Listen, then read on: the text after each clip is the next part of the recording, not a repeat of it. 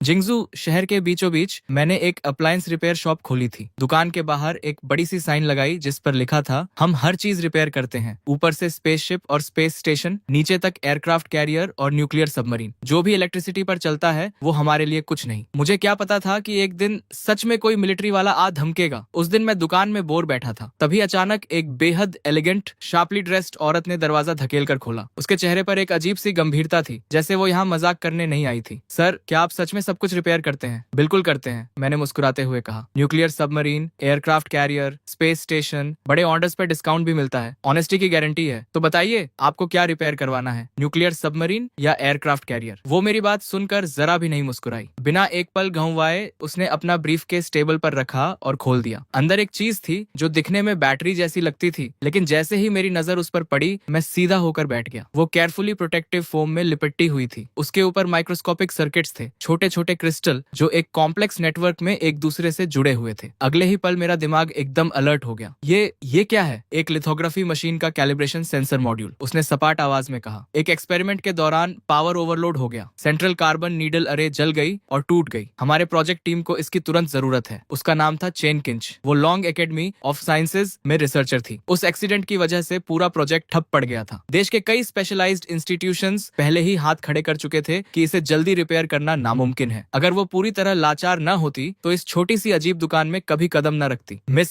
मैंने थोड़ा रुककर कहा, आप गलत जगह तो नहीं आ गई? हम यहाँ हाउस होल्ड अप्लायंसेज रिपेयर करते हैं। शायद पड़ोस की हार्डवेयर शॉप आपके ज्यादा काम आए। चेन किंच ने मेरा वो बेबस चेहरा देखा और उसकी आखिरी उम्मीद की किरण भी बुझ गई। उसने एक गहरी सांस ली, ब्रीफकेस उठाई और जाने लगी। सच ही तो था, देश के बड़े बड़े स्पेशलाइज्ड इंस्टीट्यूट्स हाथ खड़े कर चुके थे, तो एक साधारण रिपेयर वाला क्या करेगा? तभी मैंने मजाक छोड़ा। 6 महीने पहले मैं इस दुनिया में आया था और इस दुकान का मालिक बन गया था। साथ में मिली थी एक इनफाइनाइट रिपेयर सिस्टम। इन महीनों में बहुत अजीब अजीब चीजें देखी थी, लेकिन इतनी सोफिस्टिकेटेड चीज कभी नहीं आई थी। ये मौका मैं कैसे जाने देता? आपके पास जो कंपोनेंट है उससे लग रहा है ये C7 टाइप की लिथोग्राफी मशीन का हिस्सा है। चेन किंच एकदम रुक गई, जैसे पैर जमीन से चिपक गए हों। मॉडल बता सकते हो? इम्पैक्ट के वक्त पीक वैल्यू कितनी थी, कितने नैनो सेकेंड्स तक रही, और प्रोब अरे के अलावा कोई और पार्ट डैमेज हुआ? ये सुनकर चेन किंच की सांसें थम गईं। उसे अपने कानों पर यकीन नहीं हो रहा था। एक अप्लायंस रिपेयर शॉप का मालिक इतने पॉइंटेड क्लासिफाइड सवाल पूछ रहा था। क्रिएट वैल्यू नॉर्मल पावर की 15 गुना थी, उसने धीरे से कहा। इम्पैक्ट लगभग 3 से 5 नैनो सेकंड तक रही। बाकी कंपोनेंट्स का सेल्फ डायग्नोसिस नॉर्मल है। हम रिपेयरेबल है, लेकिन सस्ती नहीं होगी। पैसे की चिंता मत करो, बस फिक्स कर दो, मैं तुरंत फंडिंग अरेंज करती हूँ। मैंने हल्की सी मुस्कान के साथ 5 उंगलियां उठाई। 5 मिलियन या चेन 15? उसने दांत भींचे। कीमत बेतुकी थी, लेकिन अभी उसके पास नेगोशिएट करने का कोई ऑप्शन नहीं था। क्या सोच रही हो? 5 मिलियन नहीं, 500 युआन, 1 रुपया कम नहीं। और मेनली इसलिए क्योंकि इसे रिपेयर करने में बहुत इलेक्ट्रिसिटी लगेगी। 500 युआन? सच में? चेन पूरी तरह ठगी सी खड़ी थी। उसे लगा जैसे रियलिटी हिल गई हो। वो हड़बड़ाकर फोन निकालकर QR कोड स्कैन करने लगी। Instant payment received, 500 yuan. ये देखकर मैं खुलकर मुस्कुरा दिया। बिना जल्दबाजी के एंटी स्टैटिक ग्लव्स पहने टेबल पर एक साफ सफेद कपड़ा बिछाया और बड़े आराम से मॉड्यूल को बॉक्स से निकाल कर रख दिया। System activate. अगले ही पल मेरे सामने एक इन्फॉर्मेशन पैनल अपीयर हुआ। Repairable item detected. C7 type lithography machine का calibration sensor module, damage level 88%, repair plan analysis complete. सब तैयारी करके मैं एक धूल भरी शेल्फ की तरफ गया और एक ग्लास आर्मर्ड बॉक्स उठाकर लाया। जैसे ही बॉक्स खुला, चेन किंच की आंखें फटी की फटी रह गईं। ये क्या है? उसे लगा था कि कोई सीक्रेट वेपन निकलेगा, लेकिन अंदर था एक बेतरतीब ढंग से मॉडिफाइड सोल्डरिंग आयरन, एक house hold hot air gun, एक इलेक्ट्रिक किचन मिक्सर और जगह जगह से बटोरा हुआ जंकयार्ड का सामान। बॉस,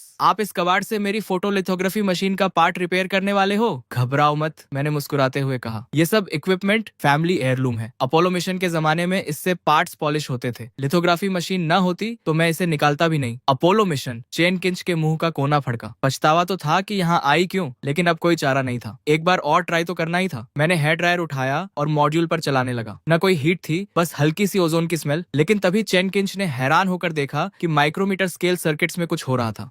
ये क्या है? इलेक्ट्रो डिट्रैक्शन इफेक्ट की रिवर्स रिएक्शन। एक स्पेसिफिक फ्रीक्वेंसी को पल्स में कन्वर्ट करके मेटालिक ट्रे की मेमोरी रिस्टोर की जा रही है। सिंपल वर्ड्स में उसे उसकी ओरिजिनल शेप याद दिलाई जा रही है। चेन अभी इस झटके से उभरी भी नहीं थी कि मैंने वो सोल्डरिंग आयरन प्लग इन कर दी। उसकी टिप पर एक बारीक नीडल लगी थी और वो धीरे धीरे रेड हॉट होने लगी। चेन का दिल फिर से तेज धड़कने लगा। इस जलती हुई नीडल से क्या करोगे? लेकिन मेरे चेहरे पर उस वक्त जो कॉन्सेंट्रेशन थी वो मैंने पहले कभी नहीं दिखाई थी। नीडल एकदम स्टिल थी। बहुत धीरे धीरे मैं उसे डैमेज प्रोब अरे के पास ले गया। जैसे ही टिप पास आई, एक barely visible electric arc mic crackle करने लगा। चेन ने वो नजारा देखा जो वो जिंदगी में कभी नहीं भूलेगी। आंखें बंद करो, मैंने कहा। ये बस कोल्ड एटम ग्लास है। लॉन्ग इंस्टीट्यूट के रिसर्चर्स इतने इंप्रेशनेबल क्यों होते हैं, जैसे कोल्ड एटम ग्लास पहले कभी देखा ही नहीं। लेकिन ये टेक्नोलॉजी, हम तो इसे फ्यूचर टेक्नोलॉजीज के आर्टिकल्स में लिखने से भी डरते हैं। चेन की आवाज कांप रही थी। उसे लग रहा था जैसे दशकों की मेहनत से बनाए गए साइंस के विजन को इस आदमी ने कबाड़ से तहस नहस कर दिया हो। ठीक है, आखिरी स्टेप, प्रोब नेटवर्क और माइक्रोमीटर सर्किट्स रीबिल्ड करना है। चेन उसे देखती रही, आंखें चौड़ी। मैंने एक बिस्किट टिन से कुछ पाउडर निकाला, एक छोटी सी ग्लास वायल में डाला, फिर उसमें एक विस्क डुबोकर ऑन कर दिया। ये अल्ट्रासोनिक सस्पेंशन नेबुलाइजेशन है। ओह, तुम जानते हो? लगता है तो है, मतलब रिसर्चर बुरे नहीं हो तुम। मैंने हल्की सी स्माइल दी और सोल्डरिंग आयरन ऑन की। एक स्पेशल मैग्नीफाइंग ग्लास के थ्रू चेन ने देखा कि जले हुए बेसिक सर्किट्स लाइटनिंग स्पीड से खुद को रिपेयर कर रहे थे और रिपेयर्ड सर्किट्स पहले से भी ज्यादा परफेक्ट थे। कुछ देर बाद मेरे माथे पर पसीने की बारीक बूंदें आ गईं। हो गया, मानना पड़ेगा, इस चीज की प्रिसिजन वाकई बहुत हाई है। ये सुनते ही चेन किंच की आंखें पूरी तरह खुल गईं। हो गया? आधे घंटे भी नहीं लगे। सच में इस पिन और बिस्कुट टिन के सामान से फिक्स हो गई। मेरी स्किल्स पर शक है क्या? शुरू से देख रही थी, अगर नहीं तो चेक कर लो खुद। और हाँ, मैंने तुम्हारी फोटोलिथोग्राफी मशीन की प्रिसिजन भी इम्प्रूव कर दी है, तो उसका एक्स्ट्रा चार्ज लगेगा। ये वर्ड्स सुनकर चेन के मन में एक तरफ कोल्ड एटम ग्लास और अल्ट्रासोनिक नेबुलाइजेशन के वो सीन्स गूंज रहे थे और दूसरी तरफ ये महान जीनियस अब पैसों की बात कर रहा था। दुनिया का सबसे अजीब इंसान। बॉस, पहले जो आपने इलेक्ट्रिसिटी वाली बात कही थी उसका मतलब क्या था? बताया था ना, फैमिली सीक्रेट टेक्निक है, आगे नहीं बताते। लेकिन लिथोग्राफी मशीन्स तो ज्यादा पुरानी है नहीं, आपके एंसेस्टर्स काफी जवान रहे होंगे। एक्स्ट्रा चार्ज कितना? मैंने 3 उंगलियां उठाई। 30,000 या 3? चेन फिर से हक्की बक्की। ज्यादा दे दे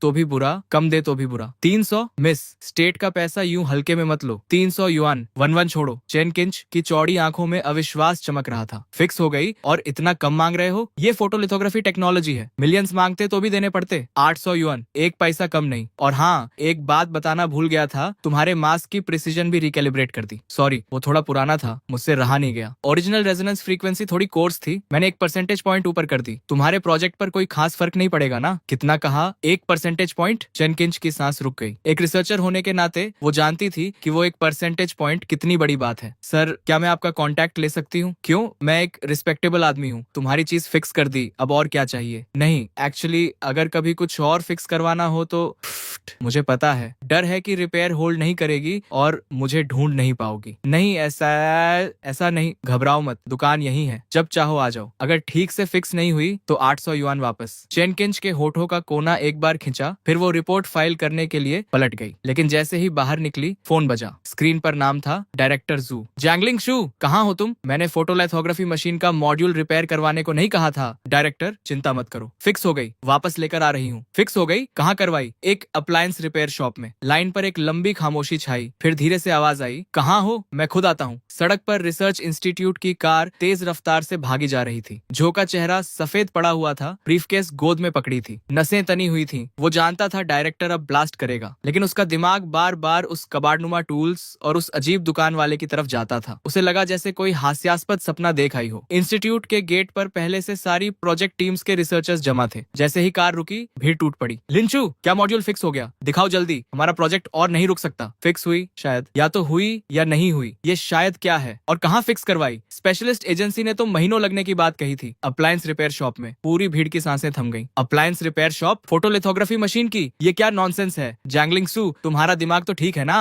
जैंगलिंग शू कांप रही थी, आंखों में आंसू आने वाले थे। बस, सब चुप। डायरेक्टर की आवाज ने सबको फ्रीज कर दिया। जैंगलिंग शू, कंफर्म करो, फिक्स हुई? वो ब्लैंक दिमाग से बस सिर हिला दिया। ठीक है, क्लीन रूम लैब 1 में ले जाओ, टेस्टिंग होगी। अगर फिक्स हुई तो कारनामा हो जाएगा, अगर नहीं हुई कोर्ट मार्टियल के लिए तैयार रहो। बस यही था। अब सारी उम्मीदें उस सीमिंगली अनरिलायबल दुकान वाले पर टिकी थी। क्लीन रूम लैब 1 के अंदर प्रोटेक्टिव सूट्स में टेक्नीशियंस ने बड़े ध्यान से मॉड्यूल को बॉक्स से निकाला और टेस्टिंग शुरू की। भगवान, ये सोल्डरिंग टेक्निक क्या है? रिपेयर्ड सर्किट्स तो बेहद खूबसूरत हैं। लगता है जैंगलिंग शू ने कोई ऐसा एक्सपर्ट ढूंढा जिसे हम नहीं जानते थे। ये तो ओरिजिनल फैक्ट्री से निकला हुआ लग रहा है। नहीं, रुको, ये ओरिजिनल से भी ज्यादा परफेक्ट है। रिपेयर का कोई निशान तक नहीं। तभी एक रिसर्चर मैनेजर ने चिल्लाकर कहा, ये मटेरियल सस्पिशियस है, इमीडिएटली एनालाइज करो। सर, हमारे डेटाबेस में ये मटेरियल नहीं है। डेटाबेस में नहीं है? 2026 हो गया है और अभी भी अननोन मटेरियल्स हैं दुनिया में। जल्दी पावर ऑन करो टेस्टिंग के लिए। जू अब अपनी एक्साइटमेंट छुपा नहीं पा रहा था। बड़े स्क्रीन पर एक एक करके ग्रीन मैसेजेस आने लगे। Power system self check complete, no anomalies, internal logic unit check complete, circuit test complete, values within control range. हर अनाउंसमेंट के साथ कमरे में मौजूद हर इंसान का दिल एक धड़कन ज्यादा धड़क रहा था। जो मॉड्यूल फिजिकली डिस्ट्रॉयड घोषित हो चुका था, वो एक एक वेरिफिकेशन प्रोसीजर पास करता जा रहा था। ये तो साइंटिफिक ही नहीं है, एक्यूरेसी टेस्ट रन करो। जू की बॉडी सुन्न पड़ गई। वो चेयर में धंस गया जैसे सारी एनर्जी निकल गई हो। सर, वैल्यूज स्ट्रेन्स हैं। ये सुनते ही जू की मुट्ठियां भिंच गईं। हथेलियों का पसीना आस्तीन तक भिगो गया। तो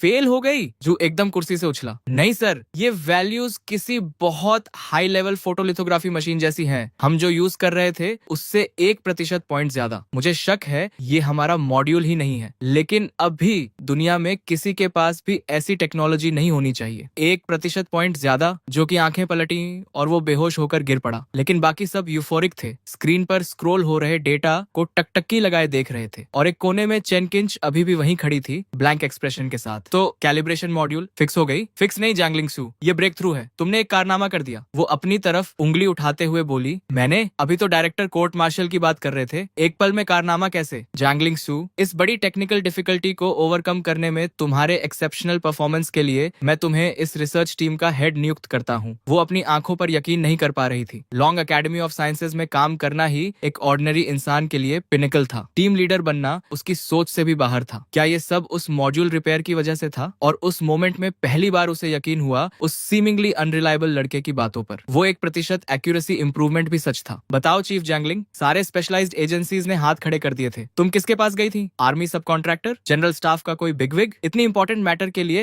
हम भी पर्सनली जाकर थैंक्स करना चाहते हैं। मैं झूठ नहीं बोल रही, सच में एक छोटी सी लोकल रिपेयर शॉप में फिक्स हुई। Repair stand? टीवी फिक्स करना भी कॉम्प्लिकेटेड है वहाँ। हम फोटोलिथोग्राफी मशीन की बात कर रहे हैं। लिंक्सू, मजाक कर रही हो ना? बिल्कुल नहीं। उस वक्त सच में कोई चॉइस नहीं थी, इसीलिए वहां गई। दरवाजे पर लगी वो साइन ही थी जिसने उसकी नजर खींची। साइन पर लिखा था, ऊपर स्पेसशिप और स्पेस स्टेशन रिपेयर सिखाई जाती है, नीचे एयरक्राफ्ट कैरियर और न्यूक्लियर सबमरीन। जो भी इलेक्ट्रिसिटी पर चलता है वो यहाँ फिक्स होता है। पूरी लेबोरेटरी में एक पल के लिए मौत जैसी खामोशी छा गई। तो मैं अंदर चली गई। बॉस ने soldering iron, hot air gun और मिक्सर से वो मॉड्यूल रिपेयर किया और अंत में कुल 800 युआन लिए। जैसे जैसे वो बोलती जा रही थी उसकी आवाज कमजोर होती जा रही थी। उस मोमेंट में चैन किंच की तरफ सभी की नजरें घूम गईं और हर आंख में हैरानी और अविश्वास था। फोटोलिथोग्राफी मशीन रिपेयर करने के लिए एक रिपेयर शॉप? लेकिन ये तो बिल्कुल नॉनसेंस है। अगर उस आदमी में सच में इतना टैलेंट होता तो पूरी दुनिया उसके पीछे पड़ी होती। तभी जू आगे बढ़ा और ऊंची आवाज में बोला, ये मैटर अब टॉप सीक्रेट क्लासिफाइड है। जो भी इसके बारे में बात करेगा उस पर एस्पियोनाज का आरोप लगेगा। प्रोजेक्ट टीम, इस नई प्रिसीजन लेवल के साथ एक नई चिप सीरीज तुरंत मैन्युफैक्चर करो। मुझे जल्द से जल्द रिजल्ट्स चाहिए। फिर उसने चेन किंच की तरफ इशारा किया। जैंगलिंग सू, अभी जाना मत। उस शॉप का एड्रेस याद है? हाँ, परफेक्ट, मुझे वहां ले चलो। मैं उस बॉस से पर्सनली मिलना चाहता हूँ। 1 मिनट रुको, मैं कुछ लेकर आता हूँ। अगर वो इस चीज को फिक्स कर सकता है तो मैं उसे जो चाहे दे दूंगा। मैं? जू?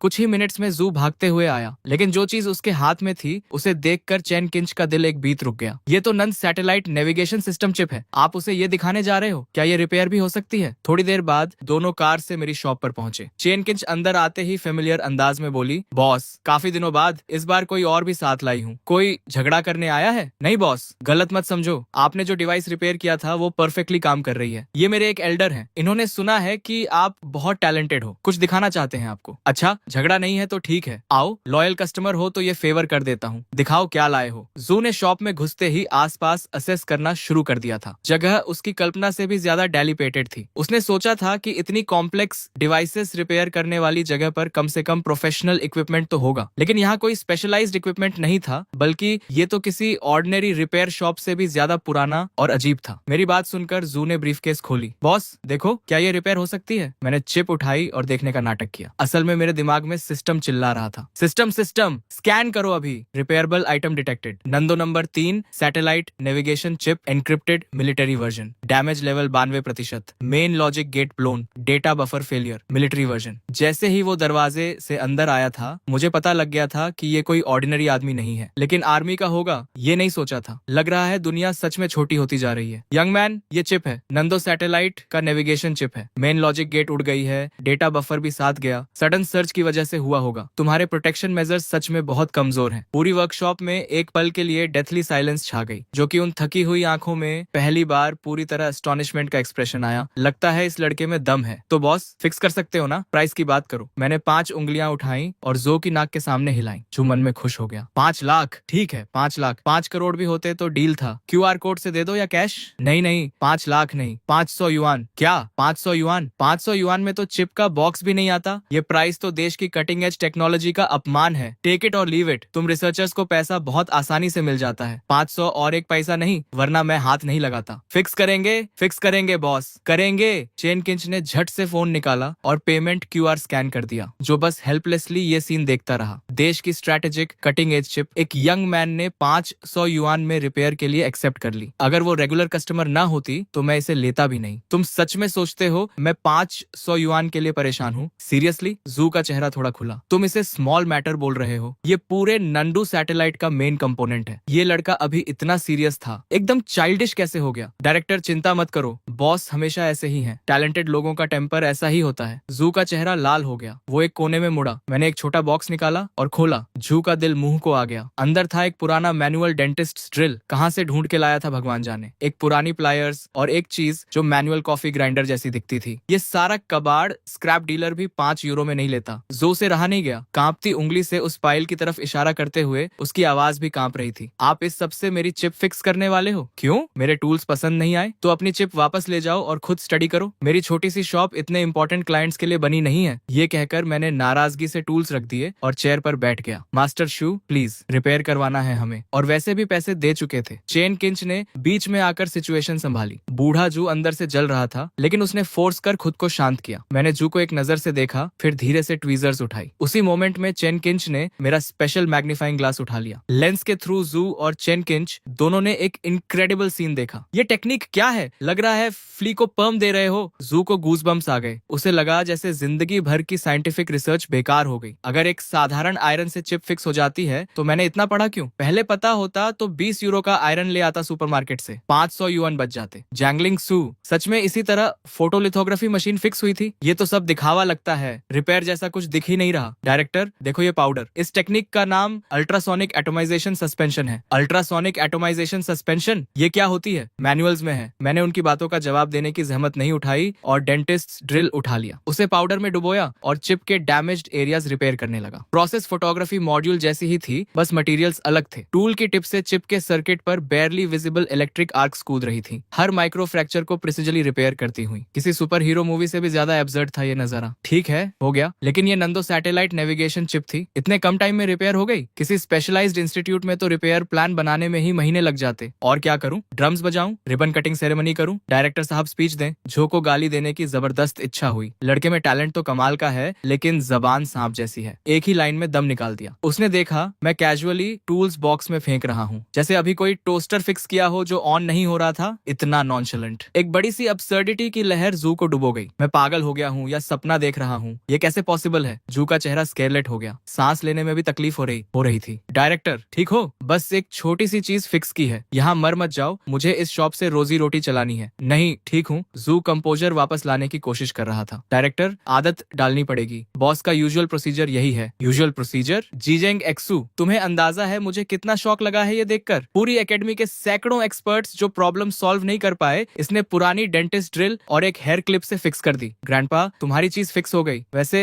मंथली सिग्नेचर एल्गोरिदम थोड़ा बेसिक था, तो मैंने उसे इम्प्रूव कर दिया। लोअर लेवल पर केजेस की संख्या भी कम थी, लेआउट भी ठीक नहीं था, वो भी फिक्स कर दिया। बच्चों का खेल। मैंने एक लंबी सांस ली। मेरा इरादा था जू से एक्स्ट्रा 200 युआन मांगने का, लेकिन वो पहले ही हांफने लगा था तो छोड़ दिया। बूढ़े को तकलीफ नहीं देनी थी। इतने कम टाइम में चिप फिक्स ही नहीं की, एल्गोरिदम भी ऑप्टिमाइज किया और पूरी स्ट्रक्चर भी रीअरेंज कर दी। क्या ये इंसेनली पॉसिबल है? ठीक है, चिप वापस लो, इस बार एक्स्ट्रा चार्ज नहीं करूंगा। सस्ते में छूट रहे हो। मंथली सिग्नेचर फ्रीक्वेंसी अब ज्यादा स्टेबल होगी। थ्योरी में सिंक्रोनाइजेशन एरर 1-2 यूनिट कम होनी चाहिए। एग्जैक्ट कितनी कम होगी कैलकुलेट नहीं कर पाया। वापस जाकर खुद मेजर कर लेना। जो से और बर्दाश्त नहीं हुआ। आंखें पलटी, पैरों से जान निकल गई और वो जोर से जमीन पर गिर पड़ा। उधर लॉन्ग एकेडमी के क्लीन रूम नंबर 1 में भी हलचल मची हुई थी। हर चेहरे पर वैसी गंभीर गंभीरता थी जैसे कोई बैटल फाइट कर रहा हो। Photo sensitive resin layer uniformity verification complete, margin of error with in acceptable limits. Mass calibration के दौरान टारगेट एक्यूरेसी 1% बढ़ी। अलाइनमेंट पैरामीटर्स रिकैलकुलेट हो रहे हैं। Vacuum chamber pressure stable, preset value reached. चारों तरफ से रिपोर्ट्स आ रही थी, आवाजों में अर्जेंसी थी। चीफ इंजीनियर देंग बड़े स्क्रीन को एकटक देख रहे थे, ईयरपीस में आती आवाजें सुनते हुए। एक परसेंटेज पॉइंट इंप्रूवमेंट, सबसे इंसेन एक्सपेरिमेंट। अगर ये कंफर्म हो गया तो चाइना ऑप्टिकल टेक्नोलॉजी में बाकी दुनिया को बहुत पीछे छोड़ देगा। और ये सब एक छोटी सी वर्कशॉप के रिपेयर से। वो अभी भी यकीन नहीं कर पा रहे थे। एक्सपोजर प्रोसीजर लॉन्च करो, देंग ने इंटरकॉम पर फाइनल ऑर्डर दिया। एक लो हम सुनाई दी और मशीन स्टार्ट हुई। सबने सांसें रोक ली। ये मोमेंट ऑफ ट्रूथ था। डेटा स्क्रीन पर फ्रैंटिकली स्क्रॉल हो रहा था। हर कैरेक्टर जैसे अपनी अलग हार्ट बीट से पल्स कर रहा था। Exposure complete, sharp reveal, drawing, हर स्टेप टेक्स्ट बुक परफेक्ट था। जब रोबोटिक आर्म ने वो गोल्डन वेफर जिस पर अनगिनत लोगों की उम्मीदें टिकी थी टेस्ट टेबल पर रखा तो डेंग का दिल रुकते रुकते बचा। Perfect test result, all units and parameters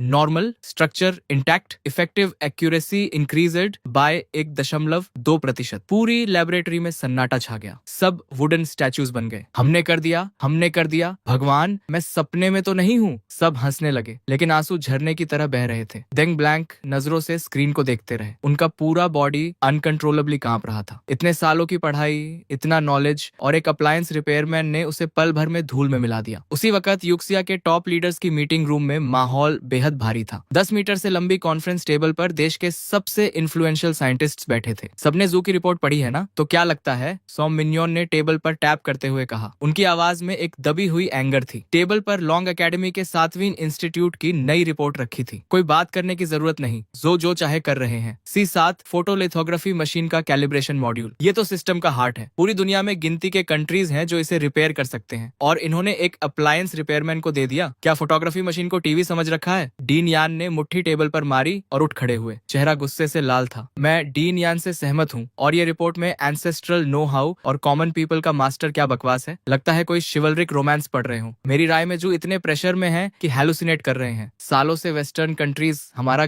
गला दबाए हुए हैं। सबकी इंपेशंस समझ आती है, लेकिन ऐसे मोमेंट्स में ही कूल हेड रखना जरूरी होता है। जो कर रहे हैं वो रिपोर्ट फल्सिफाई करना है। ये सिंपल प्रोफेशनल एरर नहीं, ये serious breach on off discipline है। मीटिंग रूम का माहौल और भारी होता गया। लगभग सबकी राय एक ही थी। सोम मग्न बड़े ध्यान से सब सुन रहे थे। उनकी भौहें और ज्यादा सिकुड़ती जा रही थी। वो जानते थे जो कोई ऐसे वैसे साइंटिस्ट नहीं है जो हल्की बात नहीं करते। शायद कोई और एक्सप्लेनेशन हो। मेरी राय में 7वीं इंस्टीट्यूट के सभी रिसर्च प्रोजेक्ट्स तुरंत हॉल्ट करने चाहिए और इन्वेस्टिगेटिव टीम भेजनी चाहिए। हाँ, अग्रीड। सम मिन्योन ने भीड़ का गुस्सा ऑब्जर्व किया और एक लंबी सांस ली। इस बार जू तुमने सच में ज्यादा ही कर दिया। तभी अचानक मीटिंग रूम का दरवाजा खटखटाया गया। सेक्रेटरी का चेहरा लाल था। मिनिस्टर, 7वीं रिसर्च इंस्टीट्यूट से अभी एक और अर्जेंट रिपोर्ट आई है। जो फिर कब रुकेंगे? ये अगली रिपोर्ट में लिखेंगे गंडम बना दिया। डीन यान ने कंटेम्प्ट से नाक सिकोड़ी। चेहरा और गंभीर होता जा रहा था। रिपोर्ट में लिखा है कि 7वीं इंस्टीट्यूट ने एक नई इलेक्ट्रॉनिक चिप डेवलप की है। कंप्लीटली नया एटिंग स्टैंडर्ड यूज हुआ है। कंप्लीटली नया मतलब रिपोर्ट के अकॉर्डिंग इसकी एक्यूरेसी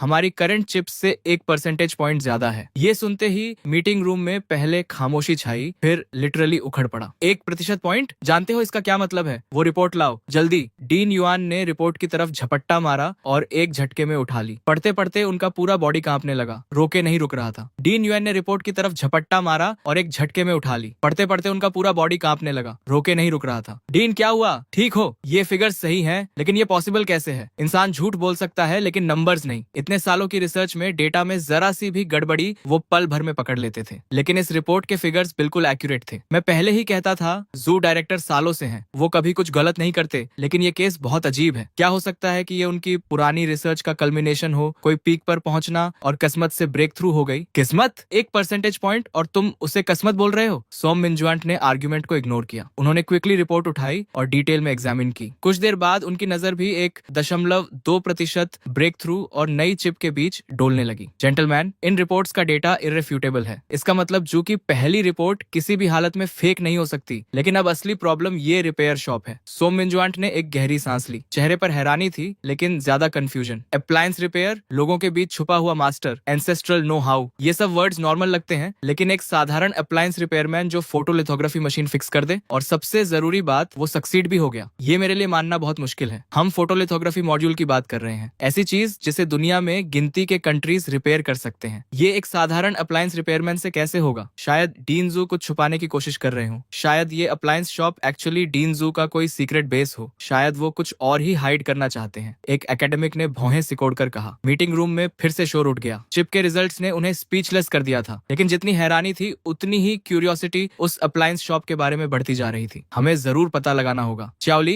कुछ आदमी लेकर जाओ और वो शॉप ढूंढो, देखो ये जगह सच में एग्जिस्ट करती है या नहीं, और याद रहे बिल्कुल डिस्क्रीट रहना। अगले दिन होश संभाल कर मैंने शॉप फिर से खोली। कल जू मेरी शॉप के बीच में ही बेहोश हो गए थे। किस्मत से एम्बुलेंस जल्दी आ गई, वरना जो कुछ 100 युआन कमाए थे वो भी जाते। तभी 2 मिडिल एज्ड आदमी पर्पस के साथ अंदर आए, एकदम सीधे खड़े, चेहरे स्टर्न, कपड़े ऑर्डिनरी लग रहे थे, लेकिन उनसे एक ऑरा निकल रहा था जो आम इंसान से बिल्कुल नहीं मिलता था। बस माथे पर साइन लिखा होना बाकी था। Plain clothes cop. अंदर आते ही सर्वे करने लगे। ये कस्टमर्स का बिहेवियर तो बिल्कुल नहीं था। कल एक केस गया, आज 2 और आ गए। मेरी छोटी सी शॉप अब ट्रेंडी स्पॉट बनने वाली है। बॉस, अभी खुले हो? हाँ खुले हैं। जेंटलमैन, क्या फिक्स करवाना है? इंपोर्टेड वॉशिंग मशीन जो टर्न नहीं हो रही, या अमेरिकन रेफ्रिजरेटर जो कूल नहीं कर रही? बॉस, ये देखो। एक आदमी ने एक छोटी स्क्वायर सी डिवाइस काउंटर पर रख दी, कोई स्पेशल पैकेजिंग नहीं। ये क्या है? पुराना MP3 प्लेयर या पुरानी पावर बैंक? हाँ यही है, पुराना म्यूजिक प्लेयर। बॉस, फिक्स हो सकता है। Music player? तुम्हारा म्यूजिक प्लेयर ऐसा दिखता है? किसे बेवकूफ बना रहे हो? जैसे ही वो दोनों अंदर आए थे, मैंने उनके पास मौजूद सभी इलेक्ट्रॉनिक डिवाइसेस स्कैन कर लिए थे। जो डिवाइस उन्होंने दिखाई वो एक ब्लैक ब्रदर मिलिट्री सिफर मशीन थी। मलफंक्शन का कारण था एक इम्प्रॉपर पावर आउटेज से ट्रिगर्ड सिक्योरिटी लॉक। ये दोनों रिपेयर करवाने नहीं आए, टेस्ट करने आए हैं मुझे। ये नई नहीं लगती, फिक्स करना कॉम्प्लिकेटेड हो सकता है, लेकिन पुरानी चीजों पर ही असली क्राफ्ट्समैनशिप की पहचान होती है। अक्सर टूटी नहीं होती, बस एक्टिंग अप कर रही होती है। मैंने ट्रैकिंग डिवाइस हाथ में तोली। दोनों ने एक दूसरे को देखा, बिविल्डर्ड। मेरे मिस्टीरियस गेम के सामने उनका पेशेंस क्लियरली खत्म होने लगा था। इस बार मैंने इलेक्ट्रिक इक्विपमेंट भी नहीं निकाली, बस डिवाइस को उंगलियों से टैप किया। रिदमिक और स्लो टैपिंग। सुनने में सिंपल लग रहा था, लेकिन सामने के दोनों आदमी पसीने में भीग चुके थे। वो इमरजेंसी रिसेट कोड टाइप कर रहे थे।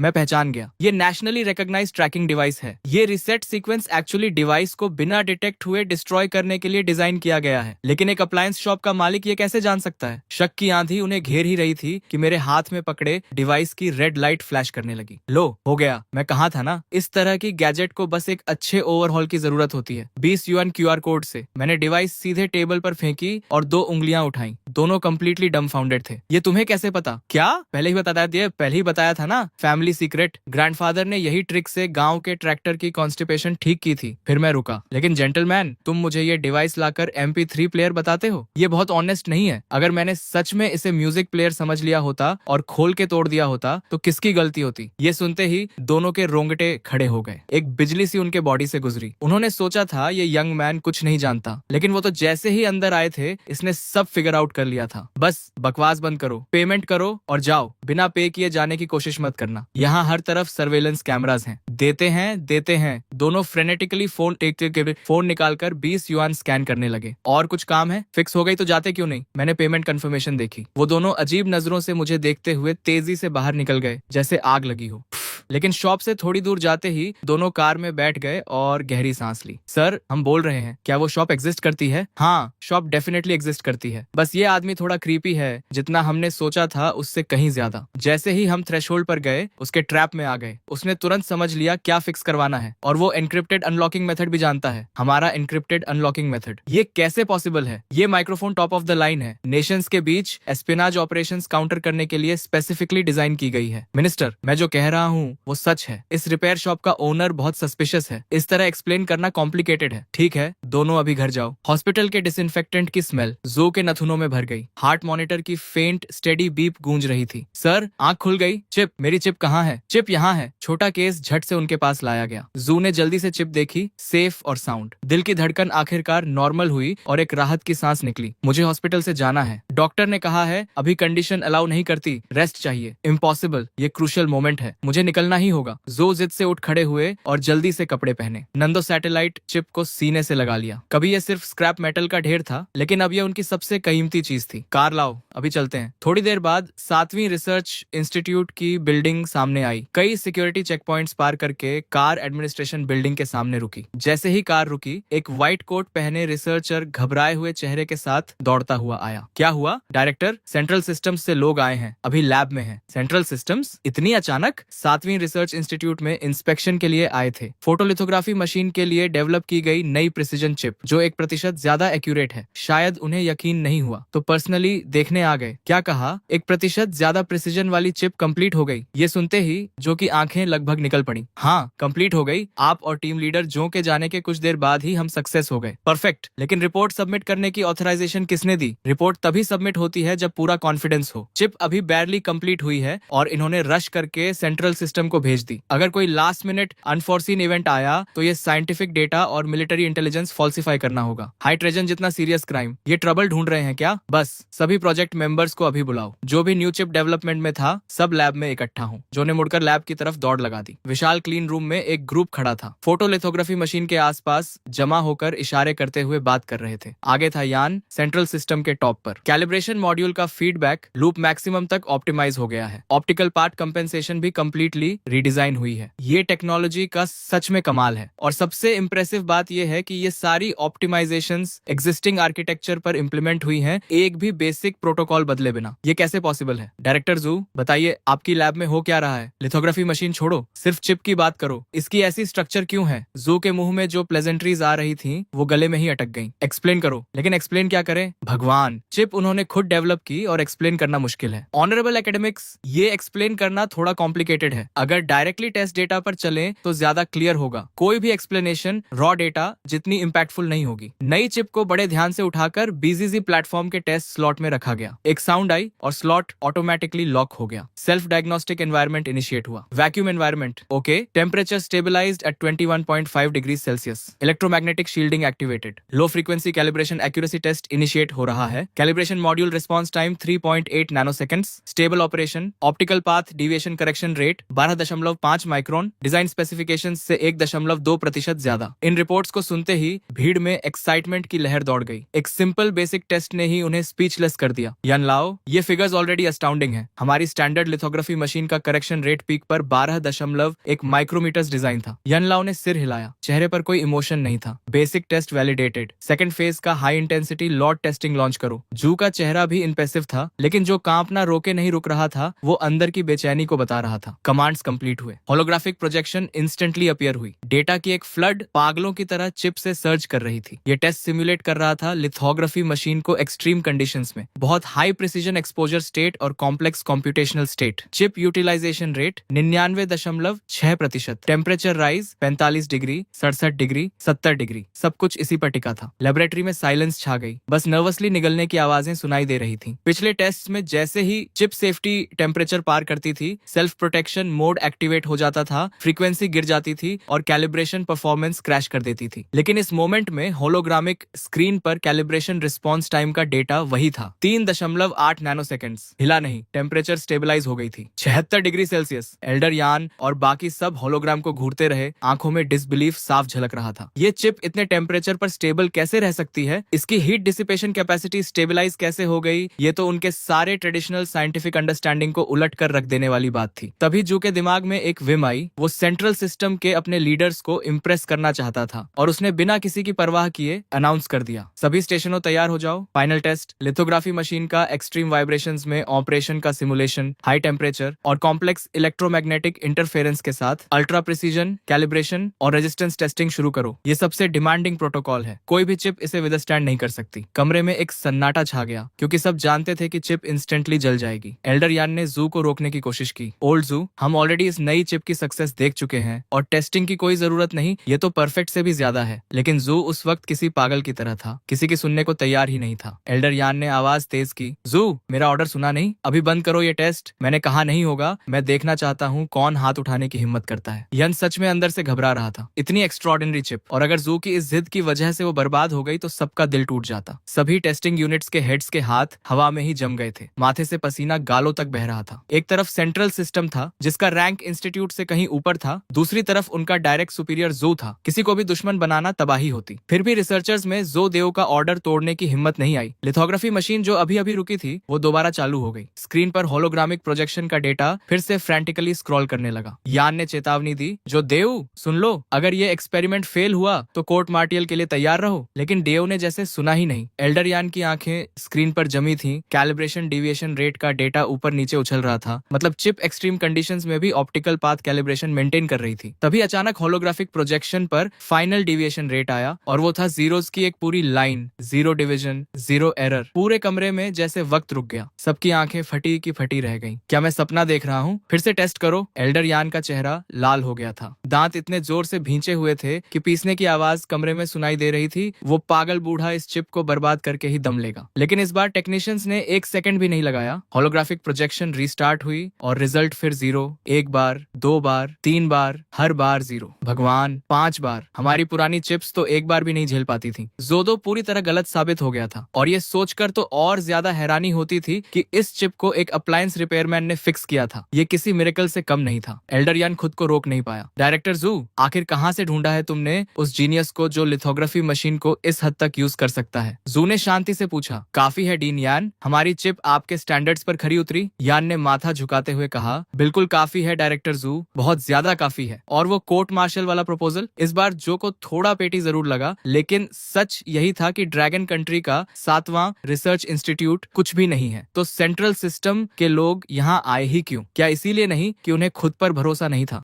जू ने एक स्मग स्माइल के साथ कहा, एक टेस्ट काफी नहीं था तुम्हारे लिए, तो हमने एक साथ 5 दे दिए। अब तो कन्विंस्ड हो? एल्डर यान ने हंसते हुए जवाब दिया। डायरेक्टर जू, हम उस उम्र से निकल चुके हैं जब छोटी छोटी बातों पर झगड़ते थे। फिर उन्होंने अपने असिस्टेंट को आवाज लगाई, जाओ मेरी कार की ट्रंक से मेरी सबसे अच्छी एपो टी लेकर आओ। पूरे सेंट्रल सिस्टम में डायरेक्टर जू का नाम सुनकर सब दंग थे। डीन का तेज मिजाज कौन नहीं जानता। तभी एक एम्प्लॉई डॉक्यूमेंट्स लेकर आया। डायरेक्टर जू, हमारे 5 टेस्ट का detailed data report please sign कर दीजिए। जू ने हाथ हिलाया, मुझे अकेला छोड़ो। डीन यान ने झट से उस एम्प्लॉई के हाथ से डॉक्यूमेंट्स ले लिए और बड़े ध्यान से देखने लगे। चेहरे पर मुस्कान फैलती जा रही थी। 5 टेस्ट का डेटा अलग अलग रिजल्ट्स दिखा रहा है। इस चिप की स्टेबिलिटी रेट बढ़ती ही जा रही है। ये फीडबैक कर्व देखो, मैं यकीन नहीं कर पा रहा। यान डॉक्यूमेंट्स को ब्रीफकेस में भरते हुए बोले, अगर हमारे पास ऐसा डेटा और होता तो इंग्लैंड हमारा क्या बिगाड़ लेता? फिर उन्होंने झू की तरफ मुड़कर पूछा, यार एक बात बताओ, ये गैजेट सच में उसी अप्लायंस रिपेयरमैन ने बनाई थी? जू ने हाँ में सिर हिलाया। यान ने हैरानी से कहा, अभी भी बिलीव नहीं हो रहा। कम से कम बताओ उसने कौन से मटेरियल्स यूज किए। ये साइंटिफिक रिसर्च के लिए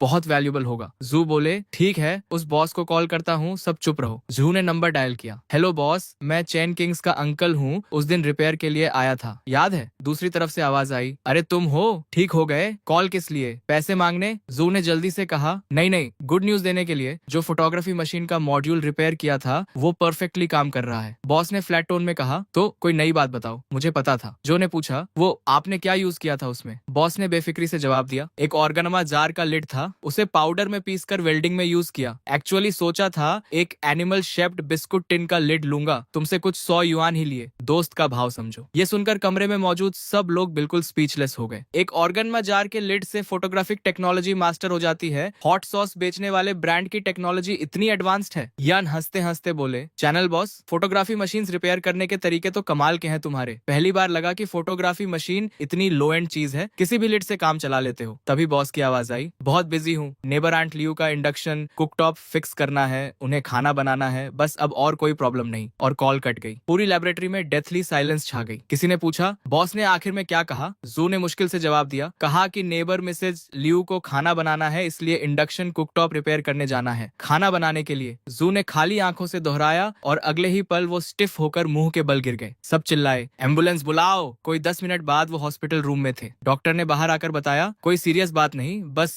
सडन इमोशनल आउटबर्स्ट की वजह से ब्लड प्रेशर स्पाइक हो गया। इनकी उम्र में स्ट्रॉन्ग इमोशंस से बचना चाहिए। ये सुनकर जू का दिल जो अभी अभी डूब रहा था थोड़ा शांत हुआ। स्ट्रॉन्ग इमोशंस और ऑर्गेनमा जार के लिड से रिपेयर हुई फोटोग्राफी मशीन से ज्यादा पावरफुल इमोशन क्या होगा? ये तो सारी साइंटिफिक थ्योरीज को उलट देने वाली बात थी। बाकी सब रिसर्चर्स जू के पास आ गए। डायरेक्टर जू, उस बॉस से दोबारा कॉन्टेक्ट करवाइए। हमें जानना है कि फोटोग्राफी मशीन रिपेयर करने वाले लिड की होगनमा ब्रांड कौन सी है। ये चाइना के लिए बहुत जरूरी है। आप अकेले मत मत रखिए इसे। जो ने हाथ उठाया, घबराओ मत, क्रेडिट कहीं नहीं जाएगा। बस उस बॉस का मिजाज बहुत कड़क है, हमारी स्टेटस उसकी नजर में कुछ नहीं। सही मौका देखकर उसे देश की सेवा के लिए कन्विंस करूंगा। सबने समझदारी से सिर हिलाया। उधर दोपहर की सुस्त धूप में मैं सुबह का काम निपटाकर आराम कर रहा था, हाथ सिर के पीछे रखे कुर्सी पर हिलते हुए सोच रहा था कि आज खाने में क्या होगा। तभी बाहर से एक जानी पहचानी आवाज आई, लिटिल चेन। अरे लिटिल चेन, खाया नहीं अभी तक? देखो इंडक्शन हॉब फिक्स हो गया, कितनी जल्दी। ग्रैंडमा ने ब्रेस्ड पोर्क बनाया है, आओ चखो। मैंने मुस्कुराते हुए कहा, शुक्रिया ग्रैंडमा। सच कहूं तो 800 मसालों वाला रेस्टोरेंट का खाना भी उस होममेड खाने के सामने कुछ नहीं, जो सिर्फ नमक और डार्क सोय सॉस से बने, कहीं ज्यादा स्वादिष्ट होता है। ग्रैंडमा बोली, शुक्रिया तो मुझे करना चाहिए, तुम रिपेयर के पैसे भी नहीं लेते। आज तुम्हारे बिना ग्रैंडमा खाना भी नहीं बना पाती। तुम तो ऑफिशियल कस्टमर सर्विस से भी बेहतर हो। इधर ये बातें हो रही थी, उधर सेंट्रल सिस्टम के मेन ऑफिस में 2 आदमी खड़े थे, जिनके सिर इतने झुके थे कि लगभग जमीन छू रहे थे। उनके सामने डेस्क पर बैठे मेन्जुआंट की पीठ बिल्कुल सीधी थी और सामने रखा था वो बग जो मैंने रिपेयर किया था, एक military grade bug, alpha rated security, जिसकी कोर टेक्नोलॉजी को कई रिसर्च इंस्टीट्यूट्स ने मिलकर फाइनलाइज किया था और एक छोटी सी रिपेयर शॉप के मालिक ने उसे हैक कर लिया था। कितना वक्त लगा उसे? 5 मिनट नहीं, 6 मिनट। एक मिलिट्री ग्रेड स्पाई डिवाइस बिना किसी टूल के हैक किया। तुम मुझे बेवकूफ समझते हो? मेन्जुआंट की आवाज में गुस्सा साफ था। एक ऑफिसर ने जवाब दिया, सर ये सच है, हम म्यूजिक प्लेयर बोलकर गए थे। उसने लेते ही top secret reboot sequence type किया, वो सिस्टम भी एक्टिवेट कर दिया जिस पर हम काफी वक्त से अटैक कर रहे थे और कभी सक्सेस नहीं मिली। ऐसे लगा जैसे वो शुरू से जानता था कि ये क्या है। एक अप्लायंस रिपेयरमैन ने बिना किसी टूल के सिर्फ उंगली से टैप करके सब कर दिया। एग्जैक्टली साइंस फिक्शन मूवी जैसा था। पूरे ऑफिस में एक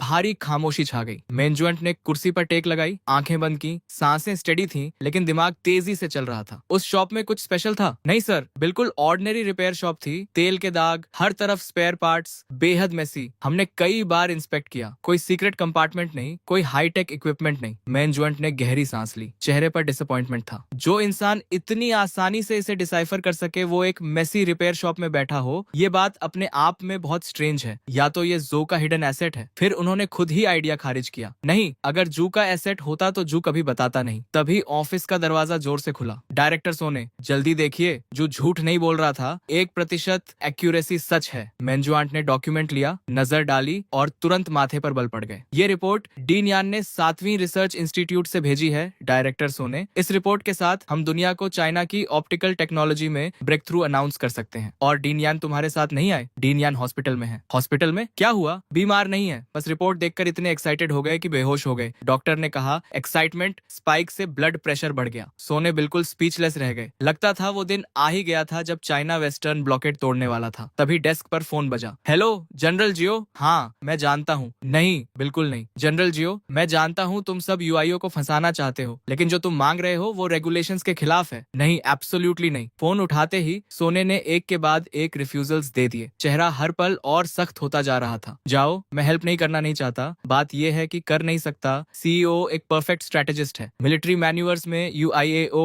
हर कमांडर का नाइटमेयर होता है। वो कभी रूल्स से नहीं खेलता, उसकी टैक्टिक्स बेहद कनिंग है। पिछले साल जाओ की elite armoured division exercise area का आधा हिस्सा भी पार नहीं कर पाई थी कि कमांड ने पूरी यूनिट को वाइप्ड आउट डिक्लेयर कर दिया। जाओ की आवाज आई, योशियो के साथ मैन्यूवर्स में एक ही रूल है कि कोई रूल नहीं। वायो सुन, इस बार exercise future high tech war पर फोकस्ड है। हम पुरानी आर्मी से फ्यूचर वॉर नहीं लड़ सकते, तुम्हें मेरी हेल्प करनी होगी। इस बार मुझे योशियाओ को कॉर्नर करना ही है। सोने बोले, ओल्ड मैन जाओ, आर्मी के अपने रूल्स हैं, रिसर्च इंस्टीट्यूट के अपने, दोनों अलग सिस्टम्स हैं। इंस्टीट्यूट का इक्विपमेंट मिलिट्री कन्फ्रंटेशन में यूज नहीं हो सकता। सोने का चेहरा तन गया था। अगर उसने हेल्प की तो बहुत बड़ी गलती होगी। एक्सरसाइज कमांड वेपन्स इंस्पेक्ट करेगी और शक सीधे उन पर आएगा। जाओ बोले, रूल्स तोड़ने के लिए ही बनते हैं, इंसान जिंदा होते हैं। एक बार हेल्प करो, अपने बेस्ट ट्रेन्ड सोल्जर्स तुम्हारी सिक्योरिटी पर लगा दूंगा, साथ में 20 साल पुरानी मेओटे की कुछ बॉटल्स भी। मेरे पास गार्ड्स हैं, दारू की कमी भी नहीं। ब्रदर सोने, एक काम करो, लेजर या इलेक्ट्रोमैग्नेटिक पल्स वेपन कुछ भी दे दो। लैब का कोई प्रोटोटाइप जिसमें थोड़ी सी भी पोटेंशियल हो, बस इतना काफी है। जाओ की आवाज में लगभग गिड़गिड़ाहट थी। सोने के माथे पर पसीना आ गया। वो जानते थे कि ये मैन्यूवर्स आर्मी के लिए कितनी जरूरी थी। तुमसे इक्विपमेंट लिया तो एक्सरसाइज का कोई मतलब नहीं रहेगा, ये तुम्हें टफ बनाने के लिए है। जाओ बोले, ब्रदर योशियाओ की टैक्टिक्स को ट्रेनिंग कह रहे हो तुम? Hypersonic missiles, drone launches, exactly science fiction जैसा है। मेरे रेडार्स डिटेक्ट भी नहीं कर पाते और कमांड बोल देती है एक्सरसाइज खत्म। अगर सच में नहीं दे सकते तो कम से कम प्रिसीजन गाइडेंस चिप्स दे दो, मैं खुद वॉरहेड्स पर इंस्टॉल कर लूंगा। जनरल जाओ, ये प्रिंसिपल की बात है। मिनिस्टर सोने, आप तो सच में रोल मॉडल हैं, तो फिर मेरी लाश उठाने आ जाना। जाना। जाओ ने फोन पटक दिया। सोने हाथ में साइलेंट रिसीवर लिए बैठे रहे। इस बार उन्होंने सच में जाओ को नाराज कर दिया था। उधर रिसर्च इंस्टीट्यूट 7 की लैब में मशीन्स की गुनगुनाहट के बीच लैब कोट्स में रिसर्चर्स इधर उधर भाग रहे थे। एक रिसर्चर ने दूसरे से पूछा, डायरेक्टर जू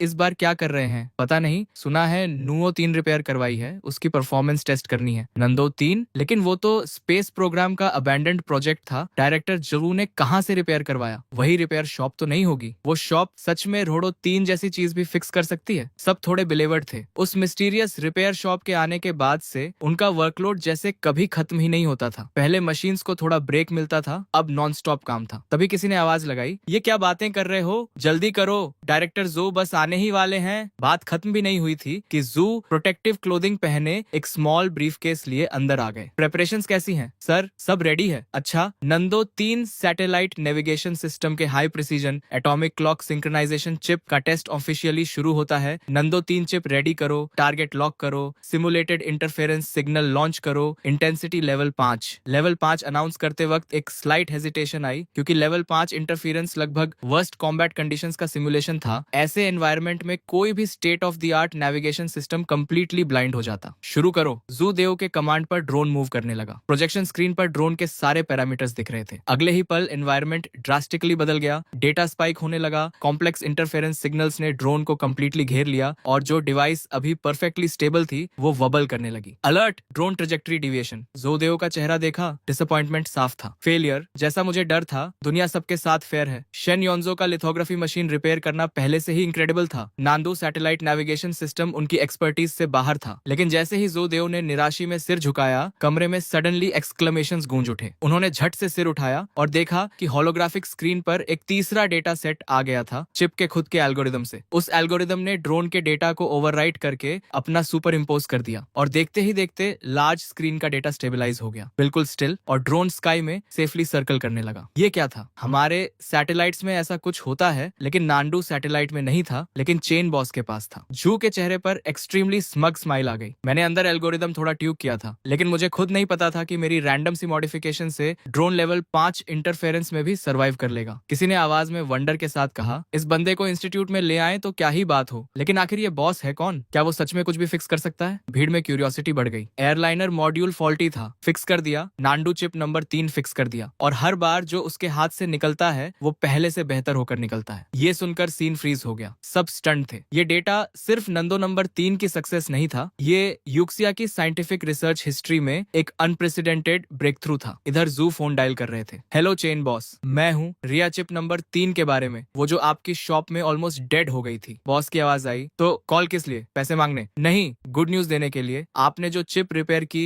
वो अब 100th ऑफ अ मिलीमीटर तक स्टेबल है। ट्रूली रिमार्केबल रिजल्ट है। बॉस ने फ्लैट टोन में कहा। ठीक है, और कुछ? जू एक्साइटेडली बात करते रहे, लेकिन दूसरी तरफ से कोई एंथुजियाज्म नहीं था। सरप्राइज नहीं है बॉस इस डेटा से? सरप्राइज क्यों हूँ? मुझे चार्लेटन समझते हो? मेरे प्रिंसिपल्स हैं, तुमसे कुछ 100 युआन लिए हैं, क्या लगता है बेकार लिए? बॉस वो बात नहीं है। बीप, कॉल कट गई। जू थोड़ा लॉस्ट फील कर रहे थे, लगा जैसे वो खुद ही ट्रैप में फंस गए। एक रिसर्चर ने पूछा, मिस्टर डायरेक्टर ठीक है? हाँ, ये चिप इंस्टॉल करो, मुझे एरोस्पेस डिपार्टमेंट जाना है। रिया नंबर 3 एरोस्पेस डिपार्टमेंट से ही आई थी। उन्होंने कहा था कि ये रिपेयर नहीं होगी और लक ट्राई करने के लिए जो को दे दी थी। उधर शहर के दूसरी तरफ एक military vehicle aerospace systems department की तरफ स्पीड से जा रही थी। बैक सीट में जियो का चेहरा बिल्कुल ठंडरस था। उस स्टबन म्यूल ने हेल्प नहीं की। ठीक है, एरोस्पेस सिस्टम्स डिपार्टमेंट में जेंकीवेन से डायरेक्टली मिलता हूँ, कम से कम यहाँ उड़ने वालों का ख्याल रखा जाता है। इस सोच के साथ जाओ के दिल में उम्मीद जागी। एरोस्पेस सिस्टम्स डिपार्टमेंट के अंदर फिगर्स इधर उधर भाग रहे थे। इंडिस्क्राइबेबल केओस था। जेंकीवेन का ऑफिस किसी ऑफिस जैसा बिल्कुल नहीं लग रहा था। वॉर टाइम कमांड पोस्ट जैसा था। फोन्स लगातार बज रहे थे। भीड़ का आना जाना किसी मार्केट प्लेस से कम नहीं था। सब जैसे हाइपर एक्टिव मोड में थे, बस चेहरों पर अर्जेंट लिखा होना बाकी था। मिनिस्टर साहब, ड्रोन इंजन की रिपोर्ट पर सिग्नेचर चाहिए। 1 मिनट रुको मिनिस्टर, लॉन्च कॉम्प्लेक्स 3 के सर्किट्स इंप्रूव करने का प्लान देखना जरूरी है। जेनवेन एक हाथ में फोन पकड़े डेस्क पर बैठे थे, आंखें डॉक्यूमेंट्स पर जमी थीं। उस वक्त वो चाहते थे कि किसी तरह खुद को डुप्लीकेट कर लें। तभी एंट्रेंस से एक एक्साइटेड आवाज आई, ओल्ड मैन यहाँ कैसे? जो ने खुशी से कहा, नांडू 3 चिप देखो, एनकैप्सुलेशन के साथ हमने नांडू 3 रिपेयर कर दी तुम्हारे लिए। जेनवेन ने हैरानी से कहा, नांडू 3? वो प्रोजेक्ट तो अबैंडन नहीं था, कहाँ से रिपेयर करवाई और परफॉर्मेंस कैसी है? जू बोले, मैंने पहले ही इनिशियल चेक्स कर लिए हैं। प्रिसीजन और एंटी इंटरफेरेंस कैपेबिलिटी देखकर तुम स्पीचलेस हो जाओगे। जेनवेन ने थके हुए लहजे में कहा, बस ओल्ड जू,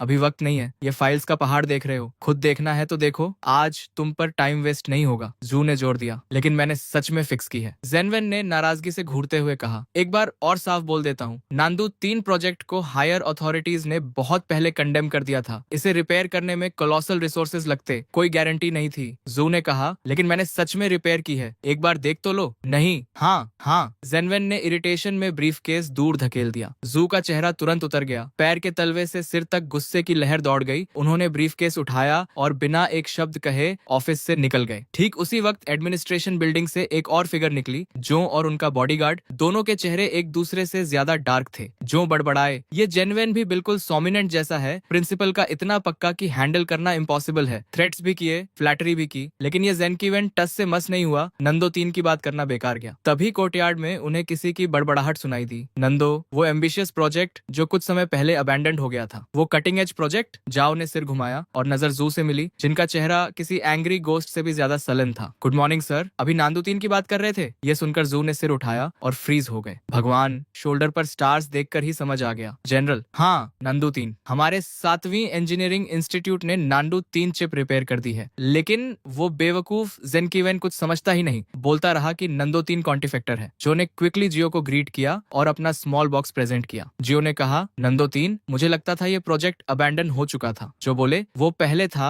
हमारे रिसर्च इंस्टीट्यूट ने प्रॉब्लम ओवरकम कर ली है, चिप टेक्नोलॉजी अपग्रेड हो गई है। अब इसकी प्रिसीजन इतनी है कि मक्खी को टारगेट कर सके। Anti interference capability super human level की है, आसमान गिर जाए तो भी काम करती रहेगी। और सबसे इंपॉर्टेंट, इसका खुद का इंडिपेंडेंट कंप्यूटिंग एल्गोरिदम है। फाइनली एक रिसेप्टिव ऑडियंस मिला था। जू पैशनेट प्रेजेंटेशन मोड में आ गए। जाओ अमेजमेंट से सुन रहे थे, सच में इतनी पावरफुल है। वो जनरल थे, ट्रूप्स लीड करना जानते थे, लेकिन साइंटिफिक रिसर्च डेटा उनकी समझ से बाहर था। जू बोले, जनरल, मैं आपसे कैसे झूठ बोलूंगा? अगर इसे मिसाइल पर इंस्टॉल करें तो एब्सोल्यूट प्रिसीजन, सोल्जर्स को इक्विप करें तो वो एनिमी लाइंस के पीछे जाकर टारगेट्स मार्क कर सकते हैं, HQ से कांस्टेंट कांटेक्ट रख सकते हैं। बिल्कुल परफेक्ट। जाओ के चेहरे के एक्सप्रेशंस बदलने लगे, पहले इंटरेस्ट, फिर डाउट, फिर शॉक। सांसें अपने आप तेज हो गईं। High precision targeting, ultra resistant to jamming, independent communication channel, हर वर्ड जाओ के दिल में प्रिसीजन से लगा। गारंटी दे सकते हो? बिल्कुल, मैं 7वीं रिसर्च इंस्टीट्यूट का डायरेक्टर हूँ, मेरी रैंक के डायरेक्टर की बात का वेट होता है। ठीक है, तो मैं मास प्रोडक्शन के लिए स्पेशल फंड्स रिलीज करने को तैयार हूँ। अगर कम पड़े तो एडिशनल फंडिंग भी लूंगा, लेकिन पहले हमारी ट्रूप्स इसे ट्राई करेंगी। शॉर्ट टर्म में किसी और को सप्लाई नहीं होगी। जू ने समझाया, जनरल, मास प्रोडक्शन अभी पॉसिबल नहीं है क्योंकि इस चिप का इंक्रिप्शन प्रोटोकॉल और लॉजिकल ऑपरेशंस इंडिपेंडेंट है। ये एक एंटायरली न्यू सिस्टम है, कल की दुनिया खोलने की है, लेकिन अभी हमारे पास सिर्फ एक की है और हम इसकी इंटरनल स्ट्रक्चर पूरी तरह नहीं समझते। सबसे जरूरी है कि इसे सैटेलाइट से कनेक्ट करना होगा। जाओ ने कहा, चिंता मत करो, हाईएस्ट अथॉरिटीज से रिक्वेस्ट करूंगा कि बेस्ट रिसर्च इंस्टीट्यूट्स तुम्हारी हेल्प करें। इतने पावरफुल देश में फिनिश्ड प्रोडक्ट होते हुए इतनी छोटी चिप डिसाइफर नहीं होगी, ये मैं नहीं मानता। जू ने धीरे से कहा, नहीं होगा जनरल, मतलब देश के सारे इंस्टीट्यूट्स, बताओ किसके पास जाऊं? और तुम कह रहे हो कोई नहीं कर सकता। जाओ की आईब्रोज चढ़ गई। उनकी नजर में फिनिश्ड प्रोडक्ट होना मतलब आंसर की होना था, कॉपी करो और हो गया। नहीं जनरल, रिसर्च इंस्टीट्यूट्स सच में नहीं कर सकते। तो फिर कौन कर सकता है? एक अप्लायंस रिपेयरमैन। क्या? जाओ की आवाज कई ऑक्टेव्स ऊपर चली गई। उन्हें खुद पर शक हुआ कि सुना सही या नहीं। जो रिसर्च इंस्टीट्यूट्स नहीं कर सकते वो एक अप्लायंस रिपेयरमैन को सौंपना है? मजाक कर रहे हो? देश के स्ट्रेटेजिक फ्यूचर का कटिंग एज प्रोजेक्ट है ये। जू ने हाथ जोड़े। जनरल, मैं जानता हूँ अब्सर्ड लगता है, लेकिन ये लंबी कहानी है, कुछ वर्ड्स में एक्सप्लेन नहीं होगी। चलिए मेरे साथ, समझ जाएंगे। उधर रिपेयर शॉप में बर्न्ड प्लास्टिक की स्मेल हवा में थी। मैं ट्वीजर्स से एक पुराने एम्पलीफायर पर चावल के दाने से भी छोटा कैपेसिटर रिप्लेस कर रहा था। 80s amplifier repair. Tech point earned 2, current tech point 1940। Tweezers रखते ही मैकेनिकल वॉइस आई। कितने दिन हो गए थे सिर्फ राइस कुकर्स और इंडक्शन कुकटॉप्स रिपेयर करते हुए टेक पॉइंट्स स्नेल की रफ्तार से बढ़ रहे थे। लिथोग्राफी मशीन और नांडू 3 चिप रिपेयर में देखो कितने पॉइंट्स मिले थे। इस रफ्तार से तो सोल्जर का एक्सोस्केलेटन अफोर्ड करना दूर की बात, जान सिंह ने स्पेसशिप के ब्लूप्रिंट्स भी नहीं मिलेंगे। तभी शॉप के सामने एक मिलिट्री व्हीकल रुकी। उस बिल्कुल ऑर्डिनरी सी स्ट्रीट को देखकर जाओ की आईब्राउज चढ़ गईं। जू ने कहा, जनरल आ गए। स्ट्रीट थोड़ी क्योटिक है, वेंडर्स की आवाजें हर तरफ से आ रही हैं, काफी लोग हैं, लेकिन किसी भी दूसरी स्मॉल स्ट्रीट से अलग नहीं लगती। जाओ ने सार्कास्टिकली कहा, सीक्रेट बेस यहाँ है और किसी को पता नहीं चलेगा? अंदर कैसे जाते हैं? पासवर्ड क्या है? जो ने जल्दी से कहा, जनरल कोई सीक्रेट बेस नहीं है, कोई स्पेशल एंट्रेंस नहीं, बस यही वो रिपेयर शॉप है। जाओ ने गुस्से से कहा, जोडू मुझे मजाक के लिए नहीं लाए हो। नांदू 3 जो रिसर्च इंस्टीट्यूट नहीं कर सके उसके लिए इस जगह लाए हो, मिलिट्री मैन्यूवर्स शुरू होने वाले हैं, टाइम वेस्ट करने का शौक है। जू ने कहा, जनरल प्लीज काम डाउन। यहीं पर नांदू 3 रिपेयर हुई थी और कुछ दिन पहले फोटोलिथोग्राफी मशीन की एक्यूरेसी भी यहीं एडजस्ट हुई थी। अगर यहाँ नहीं हो सकता तो दुनिया में कहीं नहीं होगा। जाओ ने चौंकते हुए पूछा, क्या फोटोलिथोग्राफी मशीन्स भी रिपेयर करते हैं यहाँ? वो जू को इंटेंटली देखने लगे। आखिर 7वीं रिसर्च इंस्टीट्यूट का डायरेक्टर है, इस कैलिबर का आदमी मुझे फंसाने के लिए झूठ नहीं बोलेगा। ठीक है, चलते हैं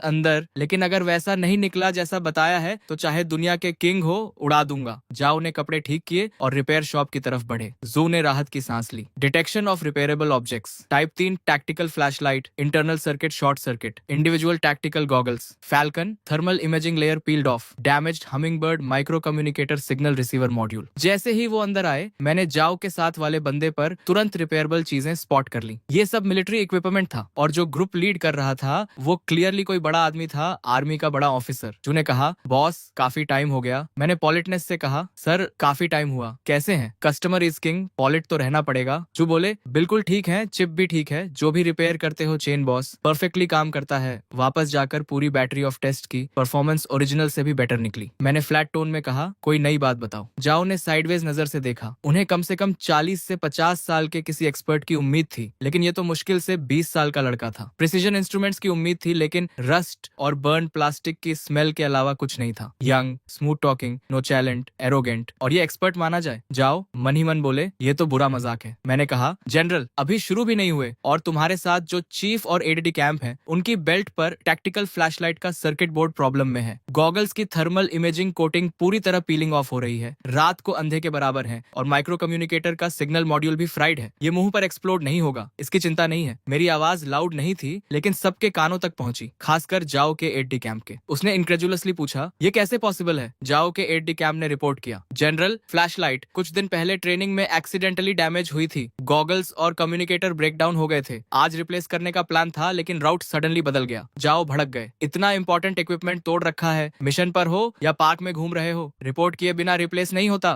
बैटलफील्ड पर तो वॉकिंग टारगेट बन जाते। जाओ पहले से गुस्से में थे और अब एट डे कैंप पर उंगली उठाकर बरस रहे थे, लेकिन तभी जो का बॉडी फ्रीज हो गया। वो अंदर आते वक्त एक वर्ड नहीं बोले थे, तो इस लड़के को ये सब कैसे पता चला? तुम्हें कैसे पता? तब कहीं जाकर जाओ को रियलाइज हुआ, उनकी आंखें मुझ पर जम गईं। सालों की कॉम्बैट ट्रेनिंग से उस बूढ़े सोल्जर में एक आइस एरा आ गई थी, जो अचानक अनलैश हो गई। जो डर के मारे उछल पड़े, उन्हें लगा जाओ के ऑर्डर पर एट डे कैंप मुझे बाहर खींचकर पीट देगा। मैंने बिना घबराए कहा, ऑनेस्ट लोग बॉडीगार्ड लेकर नहीं चलते। वैसे आर्मी में रैंक से मुझे कोई फर्क नहीं पड़ता, लेकिन ये मेरी जगह है। मेरे टेरिटरी पर ड्रैगन को भी झुकना पड़ता है और टाइगर को भी लेटना पड़ता है। पसंद नहीं तो दरवाजा खुला है। जू की आंखें फट गईं। चेन बॉस, इतना डायरेक्ट मत हो, ये जनरल हैं, चाहे तो तुम्हारी शॉप को ब्लास्ट फर्नेस में डाल दें। जाओ भी स्टंड थे। डिसबिलीफ और शॉक दोनों उनकी आंखों में दिखे। सालों में ड्रिल सार्जेंट की कुछ किक्स के बाद किसी ने उनसे इस तरह बात करने की हिम्मत नहीं की थी। जाओ के एट डे कैंप से रहा नहीं गया, उसने मुट्ठी बांधी और मेरी तरफ लपका। रुको, जाओ ने ऑर्डर दिया। एट डे कैंप जहां था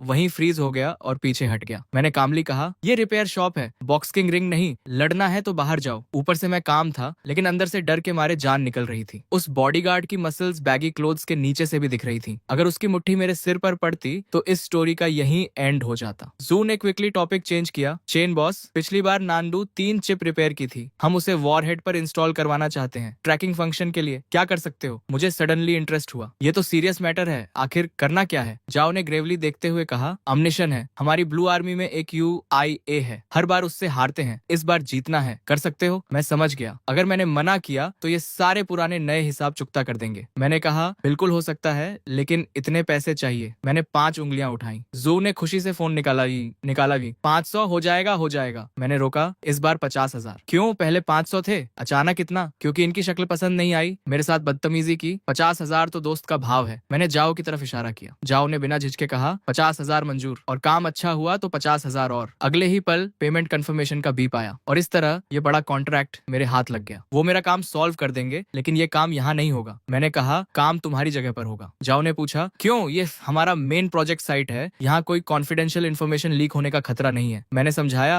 कोई ऑफेंस नहीं, लेकिन तुम क्लियरली बड़े आदमी लगते हो। सच में मुझसे नंदो 3 एक सिंगल बुलेट पर माउंट करवाओगे? उसके लिए कम से कम एक सॉलिड शेल चाहिए। वो चीज शहर के बीच में नहीं निकाल सकते। अगर वो कॉन्ट्रैप्शन यहाँ दिखी तो मैं फ्रंट पेज न्यूज बन जाऊंगा। जाओ एक बार फिर स्पीचलेस हो गए, लेकिन इस बार पूरी तरह कन्विंस्ड भी थे। उन्होंने चिप इंस्टॉल करने के बारे में सोचा था, लेकिन ये प्रॉब्लम उनके दिमाग में आई ही नहीं थी। ठीक है, कोई प्रॉब्लम नहीं, तुम दोनों यहीं रुको, मैं अपना सामान लेकर आता हूँ। ये कहकर मैं सीधे पीछे स्टोरेज रूम में चला गया। जू और जाओ दोनों स्टंट खड़े रहे। उन्हें लगा मैं कोई सूटकेस वगैरह लेकर आऊंगा, लेकिन मैं एक घिसा पिटा कैनवस बैग लेकर निकला। जाओ ने हैरानी से कहा, बस यही और इंस्ट्रूमेंट्स? इतने सारे इंस्ट्रूमेंट्स यहाँ हैं, उन्हें क्यों नहीं ले रहे? मैंने डिस्डेनफुल नजर से जाओ को देखा और बोला, मेरा दिमाग ही सबसे बेस्ट इंस्ट्रूमेंट है, और हील घुमाकर दरवाजे से बाहर निकल गया। जो ने धीरे से कहा, खैर टेक्नीशियन तो है, जब तक योशियाओ से जीत दिलाए, जो कहे वो गॉस्पल। बाहर आकर मैंने कहा, पैदल आए थे क्या? पूरी कार है बस, प्लेन नहीं है, टैंक नहीं है, लेकिन कम से कम मिलिट्री व्हीकल तो होनी चाहिए। जो ने झट से गार्ड्स को सिग्नल दिया और थोड़ी देर में एक ऑर्डिनरी कार और एक मिलिट्री व्हीकल आ गई। मैंने मन में सोचा, बुरा नहीं, जिंदगी में पहली बार मिलिट्री व्हीकल में बैठने का मौका मिला। चलो। दोनों कार्स तेजी से सड़क पर दौड़ने लगी। मैं बैक सीट पर टेक लगाकर आंखें बंद करके आराम करने लगा। कन्वेंशनल वॉरहेड में चिप ऐड करना, ये काम चेन वेव्स रिपेयर करने से कहीं ज्यादा इंटरेस्टिंग था। कन्वेंशनल वॉरहेड का फ्लाइट पाथ, खासकर टर्मिनल फेज में, कई फैक्टर से इन्फ्लुएंस होता है। Air currents, temperature, humidity, target movement वगैरह। टर्मिनल करेक्शन वो फाइनल फेज होता है जब GIV टारगेट के पास पहुंचने वाली होती है। इंटरनल माइक्रो प्रोपल्सर्स ट्रैक्टरी एडजस्ट करके डिविएशंस करेक्ट करते हैं। कुछ घंटों बाद दोनों कार्स एक हेविली गार्डेड एनकैंपमेंट में स्लोली दाखिल हुई। ऊंची वॉल्स, इलेक्ट्रिक फेंसेस,